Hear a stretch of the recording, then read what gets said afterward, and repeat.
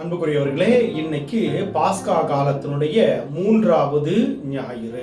ஆண்டவர் உயிர்த்தெழுந்து 2 வாரம் ஆனதுக்கு பிறகு இன்னைக்கு நாம 3வது வாரத்துல பயணப்பட்டு கொண்டிருக்கிறோம். இன்றைய வாசகம் நமக்கு தருகின்ற செய்தி என்ன அப்படின்னு பார்க்கும் பொழுது, முதல் வாசகம் நமக்கு சொல்லி தருவது, பேதுரு ஒரு கோழையாக, கடவுள் மீது முழுமையான நம்பிக்கை இல்லாதவராக இருந்தார்.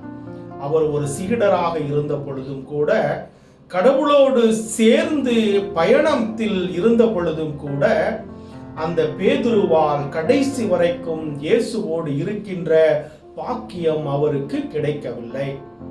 ஏன்னா அவர் ஒரு பயந்தவராக, தன்னுடைய உடல் மீது நம்பிக்கை வைத்து, ஆண்டவர் எந்த நிலையிலும் என்னை காப்பார் என்கின்ற அந்த அசைக்க முடியாத நம்பிக்கை அவரிடம் இல்லாததால் தான் ஆண்டவரை எனக்கு தெரியாது அப்படின்னு சொல்லி மறுதலித்தார்.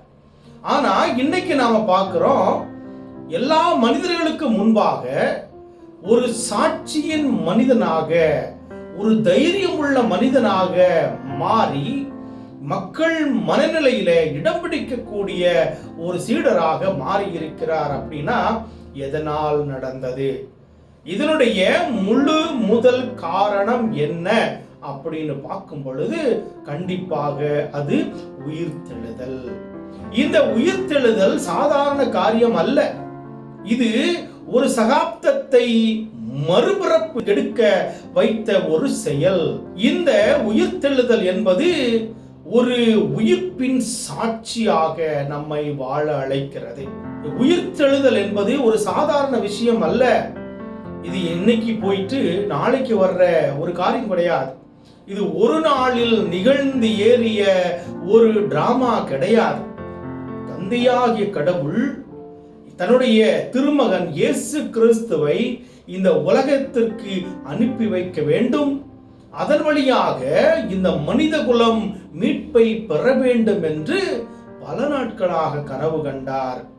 தன்னுடைய மக்கள் பாவங்களை நினைத்து அழுது புலம்பி ஜெபித்து கொண்டிருந்த நேரத்திலே அவருடைய கண்ணீருக்கு அவர் களங்கம் விளைவிக்காமல், கண்ணீரனுடைய கனாகரத்தை அறிந்து கொண்டு இயேசு இந்த உலகத்திற்கு வருகிறார்.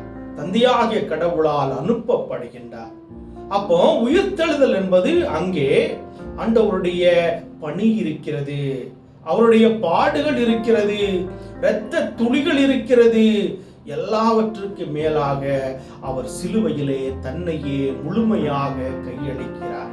அன்புக்குரியவர்களே, இங்கே ஆண்டவர் இறந்து விட்டார், இனிமேலும் உயிர்ப்பாரா என்கின்ற நம்பிக்கை சீடர்களிடமும் கிடையாது, மற்ற மனிதர்களிடமும் கிடையாது. ஆனா அவர் பலமுறை சொல்லி இருக்கிறார். என்ன சொன்னாரு?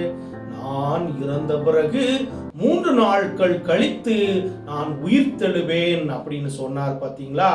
அவர் சொன்னதை சொன்னது போல செய்து காட்டினார்.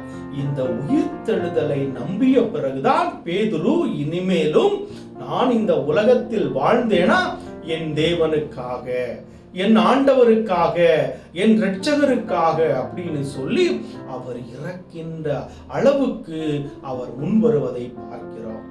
இது நம்மை நம்பிக்கை இல்லாத தன்மையிலிருந்து நம்பிக்கையினுடைய நிலைக்கு அழைத்து செல்கிறது.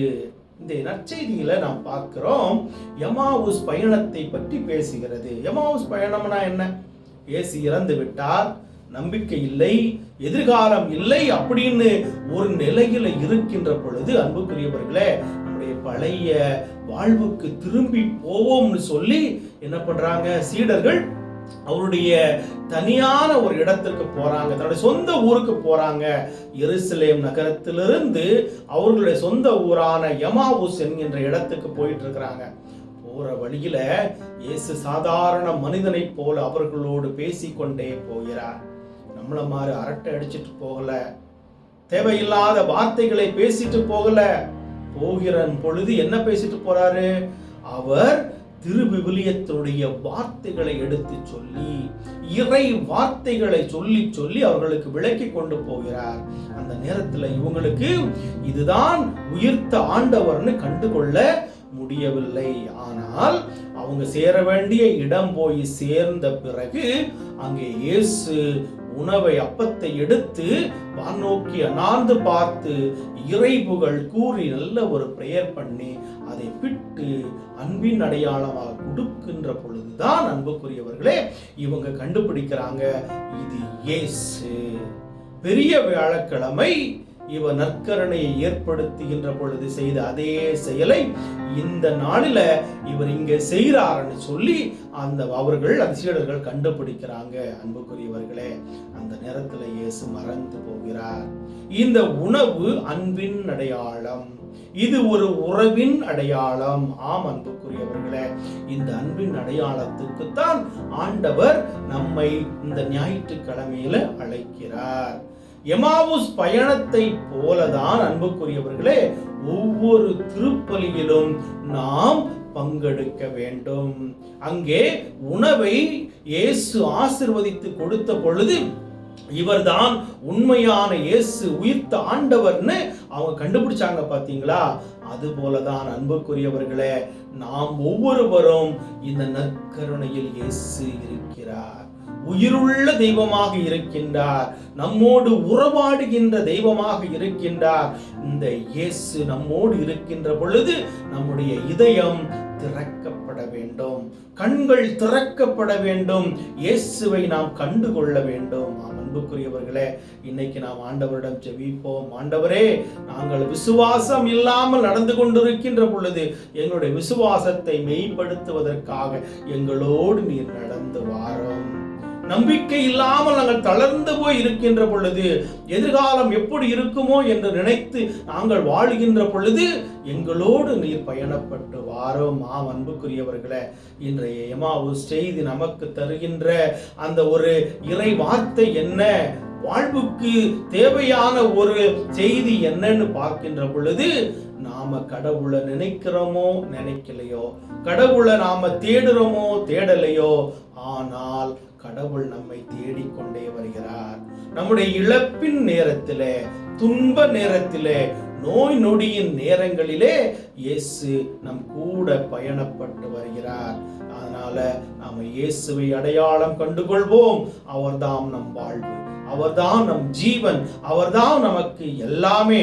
நாம் அவரை கைவிட்டாலும் நம்மை ஒருபொழுதும் கைவிடாத ஆண்டவர் உயிர்த்தெழுந்து நம் மத்தியில் வாழ்ந்து கொண்டிருக்கிறார், நம்மை தேடி கொண்டு வருகிறார். விசுவாசத்தை பலப்படுத்துவதற்காக, உள்ளத்தை திடப்படுத்துவதற்காக வருகிறார். இன்னைக்கு உங்களுடைய வாழ்க்கையில ஒரு அதிசயம் நடக்க போகிறது, உங்களுடைய குடும்பத்தில் அற்புதம் நடக்க போகின்றது. நீங்கள் உயிர்த்த ஆண்டவரை நம்புங்கள்.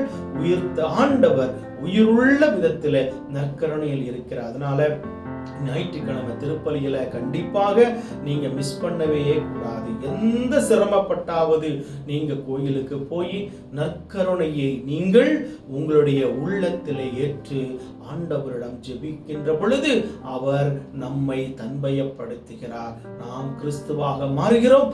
கிறிஸ்து நம்மை புனிதப்படுத்தி நமக்கு ஆசீர்வாதங்களை தருவார். அதனால நம்பிக்கை இல்லாமல் இருக்காம, உயிர்த்த ஆண்டவர் என்னோடு இருக்கிறார் என்கின்ற உயரிய எண்ணத்தை உள்ளத்தில் வைத்துக் கொள்வோம். நம்மை படைத்த தெய்வம் நம்மை ஒருபொழுதும் கைவிட மாட்டார் என்ற நம்பிக்கையில நமக்குன்னு அவர் கொடுத்த காரியத்தை நல்ல முறையில செய்வோம். அதை எமாவுஸ் சீடர்கள் திரும்பி சென்று தன்னுடைய பணியை, இறை பணியை ஆரம்பித்தது போல நமக்கு கொடுக்கப்பட்ட பணியை நாம் செம்மையாக திறம்பட செய்ய இன்னைக்கு நாம் ஆண்டவரிடம் வரம் கேட்போம்.